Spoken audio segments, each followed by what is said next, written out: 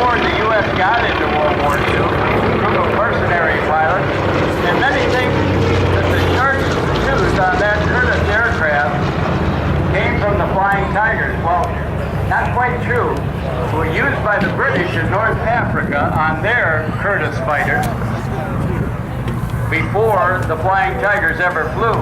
And in fact, the British copied it from a fighter used by the Germans. And that was the origin in the Allied era. There's a story that went around that invoked fear in the heart of the Japanese Zero pilots. It could be true, but it didn't originate for that particular reason. It had a disadvantage because of its engine. It was an Allison engine, and it was not that great a dogfighter as anything that was powered by the Rolls-Royce Merlin Packard-built engine.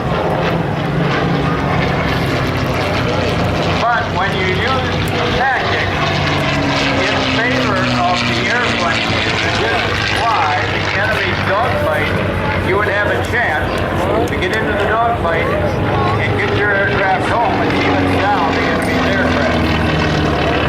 You can hear the sound of that aircraft proceeding to your right.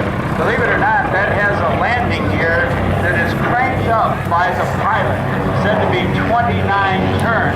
Might be more, might be less. Imagine taking off and having to turn that crank on your right side 29 times to get the gear up.